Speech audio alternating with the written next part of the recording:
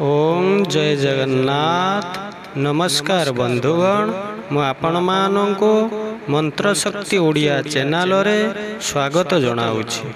बंधुगण, मु आपण माननको महाप्रभु जगत्तर नाथ जगन्नाथ कालिया ठाकुरंकर एपरी एक मंत्र कहिबा पई जाउछि, जा हेउछि अत्यंत प्रभावशाली और दिव्य मंत्र। एही मंत्रटी को आपण माने प्रतिदिन सच्चा हृदय रे पूर्ण विश्वास रे अति कम रे 21 थर संपूर्ण भाव रे जप कले किंबा श्रवण कले महाप्रभु जगन्नाथ आपण मानकर सबु दुख कष्ट संकट दूर करती।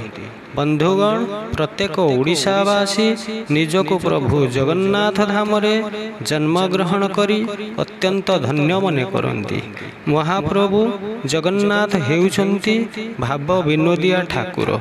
श्रद्धा रे भक्ति विश्वास रे एवं भाव रे जो व्यक्ति तांको प्रार्थना करे जगन्नाथ निश्चित तार डाक शुणी थांती एवं समस्त मनस्कामना पूर्ण करि थांती।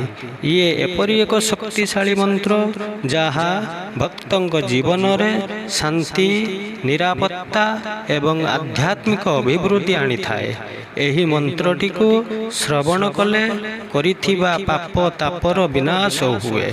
जदि आपण मानकर केही चिरशत्रु थांती एही मंत्रटी को पूर्ण विश्वास रे श्रवण कले किंबा जप कले शत्रु निजे निजे विनाश हो जाए।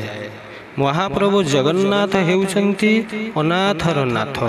जो व्यक्ति प्रतिदिन तांको मंत्र एवं नाम को स्मरण करे जप करे एवं भजन कीर्तन करे जगन्नाथ सेही व्यक्ति उपरे संतुष्ट होइथांती एवं आशीष प्रदान करिथांती। तेबे एही मंत्रटी को जानिबा पूर्वरु चैनल टी को सब्सक्राइब करी कमेंट बॉक्स रे जय जगन्नाथ लिखि लिहंतु। तेबे मंत्रटी विषय जानिबा। ओम जगन्नाथाय विद्महे दारुरूपाय धीमहि तन्नो ब्रह्मा प्रचोदयात्। ओम जगन्नाथाय विद्महे दारुरूपाय धीमहि तन्नो ब्रह्मा प्रचोदयात्। ओम जगन्नाथाय विद्महे दारुरूपाय धीमहि तन्नो ब्रह्मा प्रचोदयात्। ओम जगन्नाथाय विद्महे दारुरूपाय धीमहि तन्नो ब्रह्मा प्रचोदयात्। ओम जगन्नाथाय विद्महे दारुरूपाय धीमहि तन्नो ब्रह्मा प्रचोदयात्।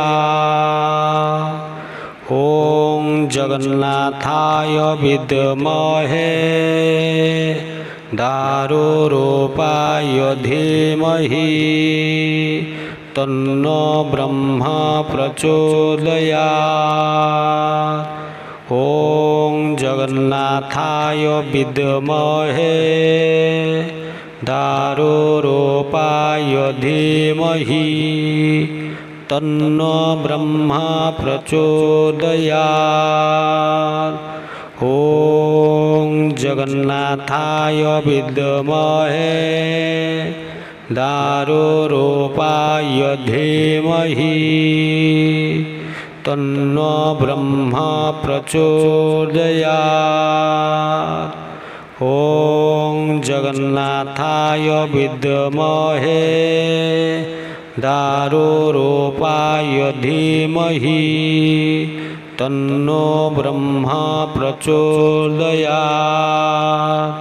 ओम जगन्नाथ जगन्नाथाय विद्महे दारुरूपाय धीमहि तन्नो ब्रह्मा प्रचोदयात्।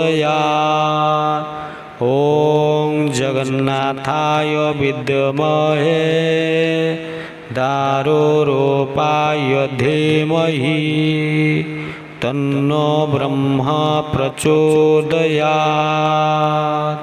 ॐ जगन्नाथाय विद्महे दारुरूपाय धीमहि तन्नो ब्रह्मा प्रचोदयात्।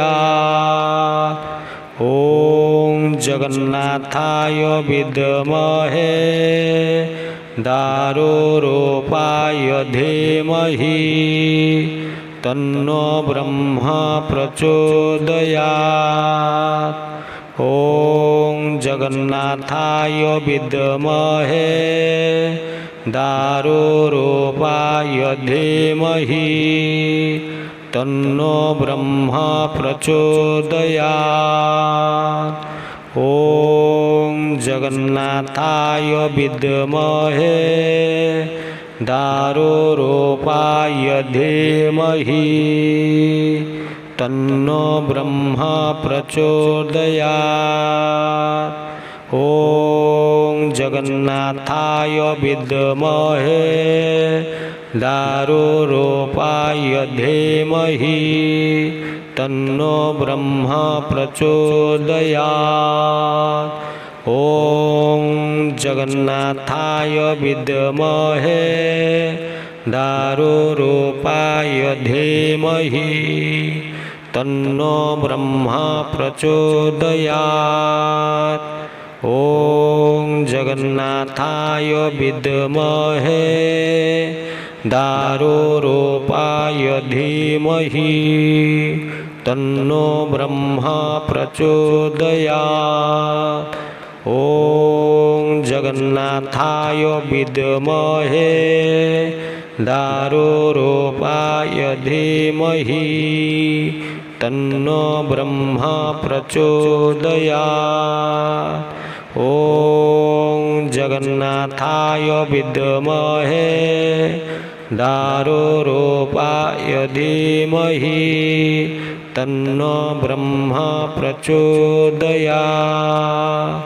ॐ जगन्नाथाय विद्महे दारुरूपाय धीमहि तन्नो ब्रह्मा प्रचोदयात्।